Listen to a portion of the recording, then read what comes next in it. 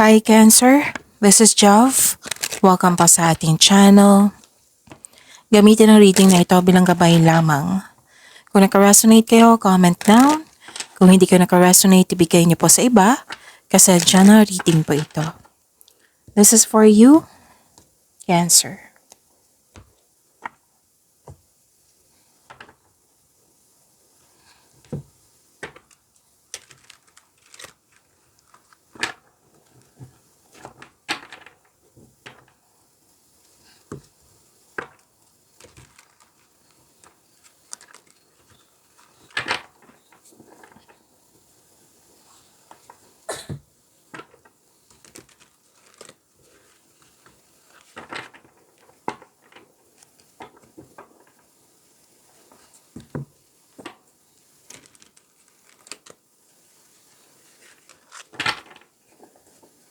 Para po ito sa iyo, Cancer.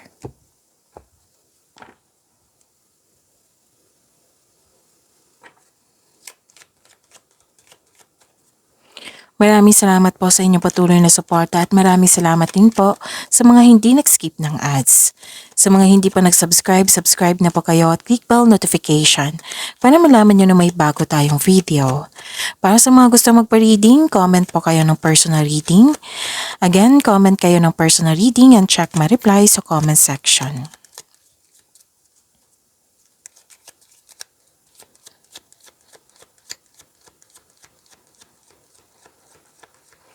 Mga ganap po para kay Cancer, need 3 cards po.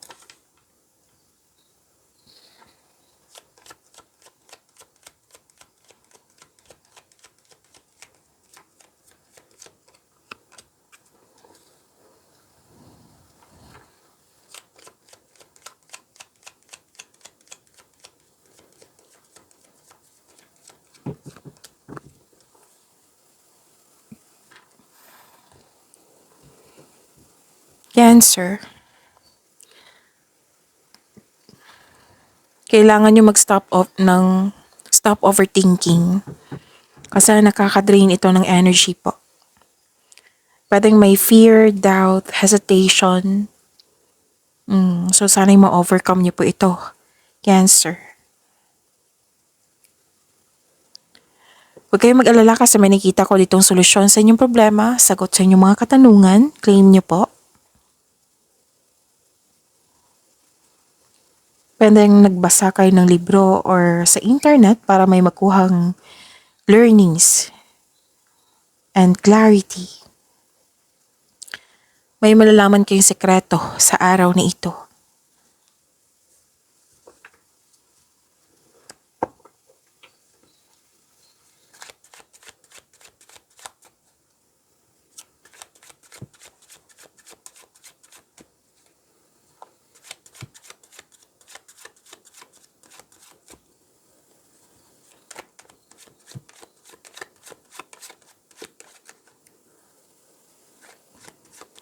Energy po ni Cancer.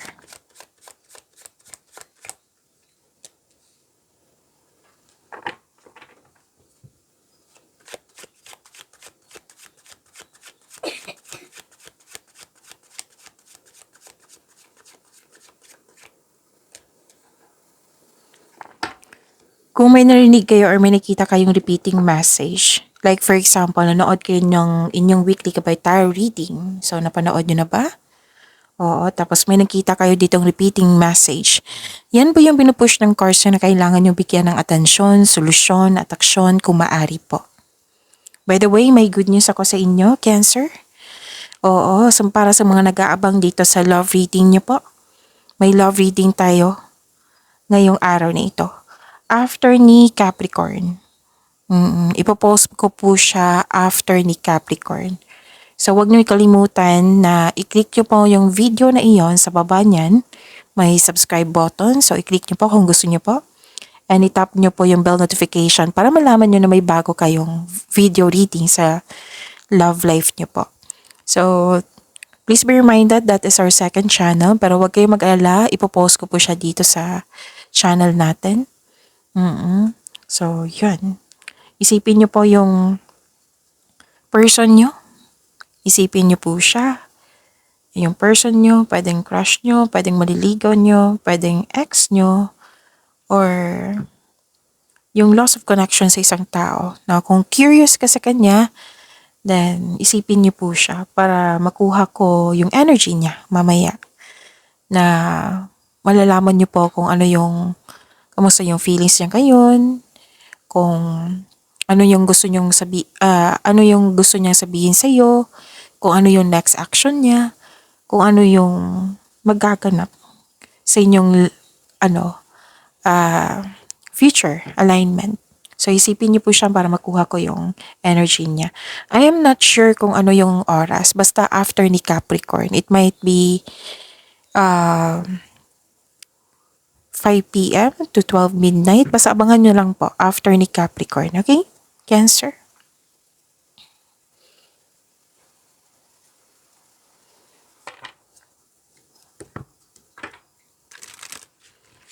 So, ano yung energy ni Cancer? Ito yung nakikita ko dito sa oracle cards nyo. Yung una kong sinabi na stop overthinking, fear ba ito, doubt, hesitation. Kasi nakikita ko ditong anxiety or pag-alala, worried. Hindi makatulog, balisa, natatakot at naghihinala or dumadalas ang pagkakaroon ng masamang panaginip. Pwedeng stress. Ang stress ay isang normal na bahagi ng ating buhay. Ngunit kailangan mo itong labanan sa pamamagitan ng pag-unawa, pagtanggap sa isang sitwasyon. Kung hindi mo kaya, hanap ka ng kausap, yung genuine, yung marunong makinig. Yung may experience na sa buhay ha. Para may ma-advise din siya sa iyo. Kung wala kang tiwala sa kapwa mo, then gawa ka ng journal or diary. Isulat mo lahat yung nasa isip mo upang sa gayoy maalis ang mga ito sa inyong isipan at mapunta sa pahina. So this card tells you to make change. Kasi kung magsistay kayo, magkaroon ng stagnation, yung hindi gumagawa ng paraan, magkakaroon siya ng stagnation. Walang pagbabago na mangyayari. Mahihirapan ka. So sabi ng card dito, gawa ka ng paraan. Make change. Itong pangyayaring ito ay pansamantala lamang at lilipas din po ito. Kung nagkaroon kayo ng conflict sa isang tao, then communication is the key.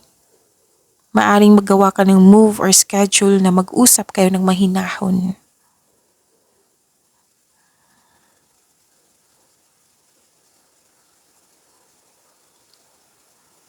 So piliin niyo po, instead na mag-alala kayo, piliin niyo pong mag-focus. Gawa kayo ng paraan. Kasi nakita ko talaga dito nag-overthink kayo. You should stop. Bigyan ng solusyon.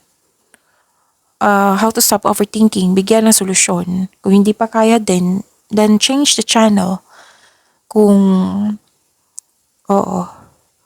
Time for reflection, mindfulness skills, yan, makatulong yan sa pag-stop ng overthinking.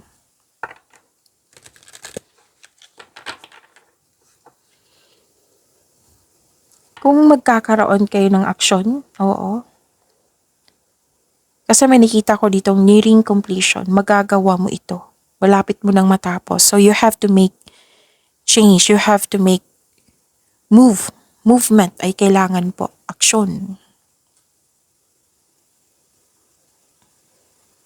So yung paalala ng course nyo huwag nyo kalimutan po. So at the end of the day, gagawa ka nga ng aksyon.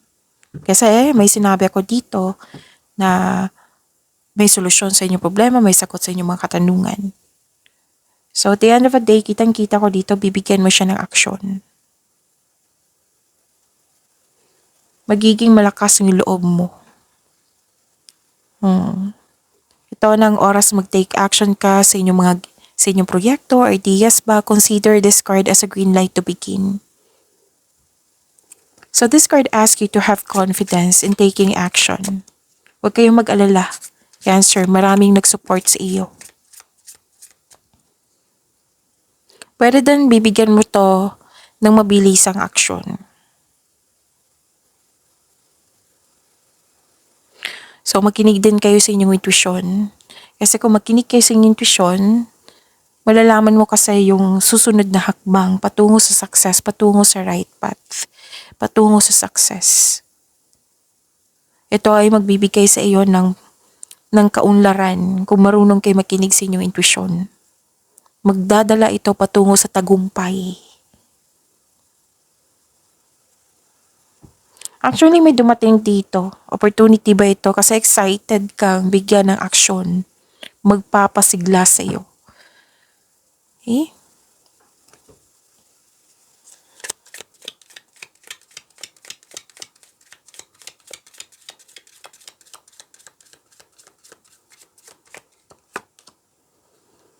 So mix your desires with action for real. Action pa rin to eh. Mix your desires with action for real results. So tatlong card na dito, nagsabi dito, gawa ka ng action. Make change.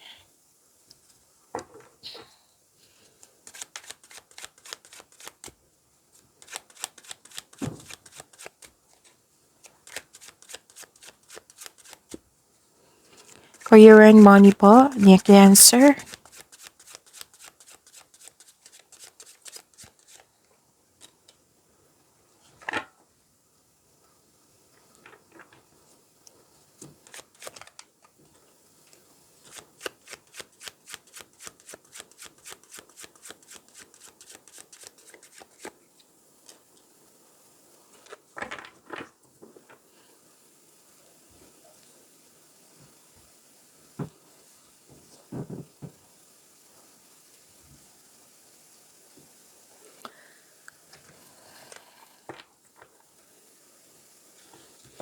Okay, sa career and money nyo po, lumabas ito sa oracle cards nyo na pwedeng nalungkot kayo sa mga nangyari. Pwedeng pay attention, Cancer. Pwede kasi itong nangyari sa nakaraan at naisip nyo po ito ngayon, na naalala nyo na nag-cause ito ng sadness. Okay?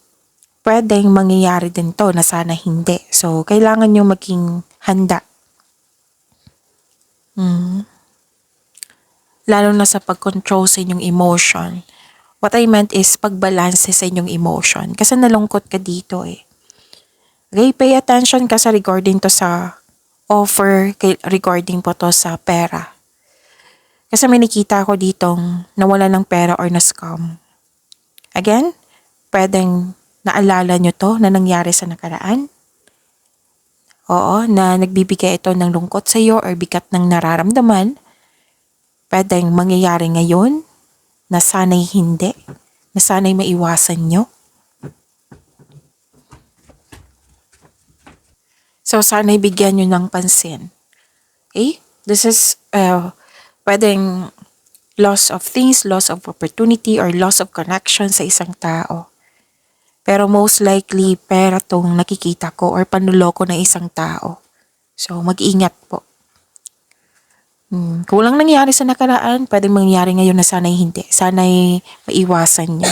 So, kung may offer dyan regarding sa inyong career and money, kailangan yung pag-iingat. Okay? Pag-iingat po.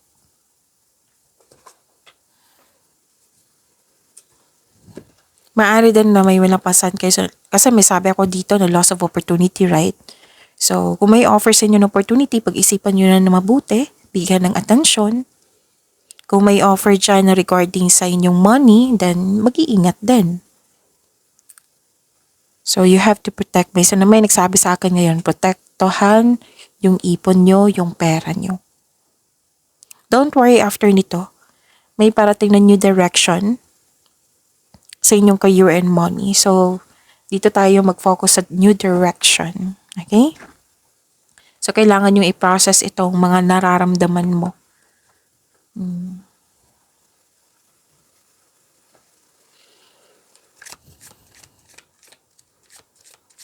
So, pinaalala ng card nyo dito na kailangan nyong alagaan yung career and money mo. Pag-iingat. Nakikita ko yung pag-aalaga dito. Pag-aalaga sa posisyon, Sa trabaho, sa negosyo, sa pera. Marami kang naiisip na ideas. Ideas is a blessings po. Para sa ikakabuti ng iyong trabaho, negosyo man, or kaperahan.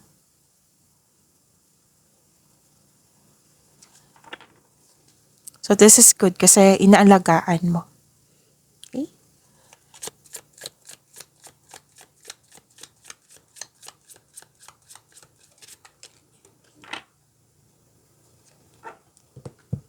So this is think before you helper. Think before you offer help and set healthy time boundaries. So pag-isipan niyo po daw, pag-isipan mo ng mabuti kung mag-offer ka ng help, mag-set kayo ng healthy time boundaries. Sa mga walang trabaho dito, sabi dito look into jobs like cashier, sales, or call center roles where you can assist others. Make sure your goals align with your own desires, not others. Hindi yung masusunod yung gusto ng iba para sa iyo. So mas focus kayo dapat. Again, mag-focus kayo sa desire nyo sa buhay. Instead na kontrolin kayo ng ibang tao.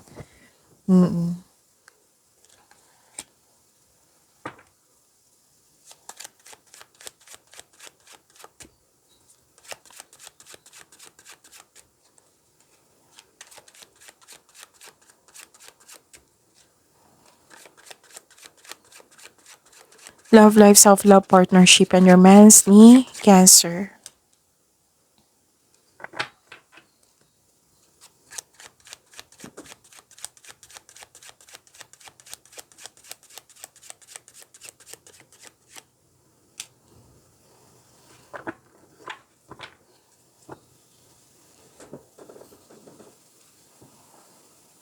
So yung paalala kanina na may love reading kayo, abangan nyo po after ni Capricorn. So I'm not sure kung anong oras, basta abangan nyo po after ni Capricorn. Okay?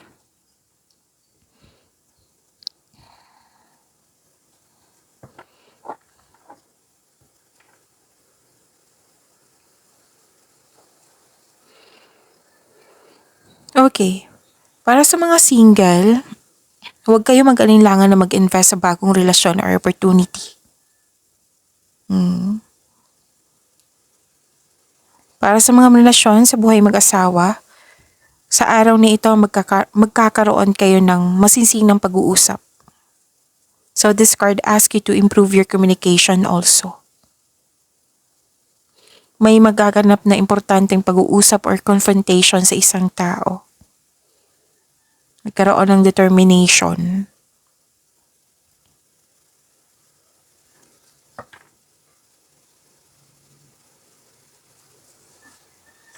May bagong pasok dito sa relasyon or nagkasundo or nagkabalikan. This is partnership, this is union, nagkaroon ng balanse. So itong pag-uusap nito is magkakaroon ng pagkakaayos, pagkakasundo. May nakita kasi ako ditong, para sa mga single may namuong relasyon. So this card symbolizes shared feelings and mutual attraction. So mostly talaga romantic partnership ito. So sa mga single, maganda kayo kasi parating na or nasa harap nyo na yung nakatadhana sa iyo. Kasi may pagkakasundo na may promises na ako nakita dito. Whether single ka man, may relasyon sa buhay mag-asawa. So sa mga relasyon sa buhay mag-asawa, masaya kayo. Oo, so claim nyo po. Mahal na mahal nyo ang isa't isa at very supportive kayo sa mga ginagawa o plano nyo sa buhay.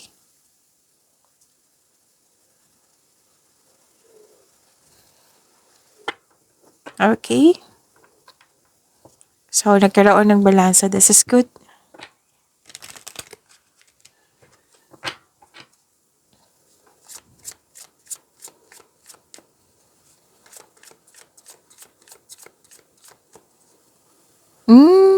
Okay, may sekreto nga kayong malalaman, oh. May sekreto, pwedeng aminan din to. Aminan or sekreto. So, nag-clarify siya dito sa inyong oracle cards at dito rin.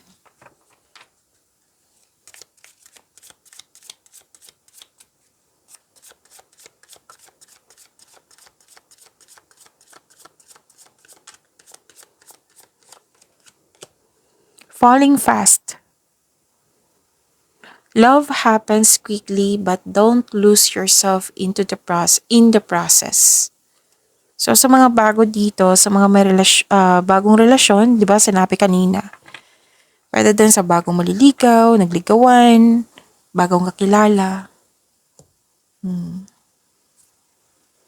Love happens quickly. Pero siguraduhin nyo ha na magkaroon ng getting to know each other. Okay?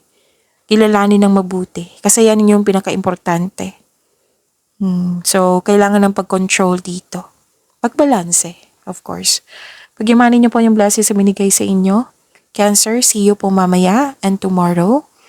Maraming salamat po.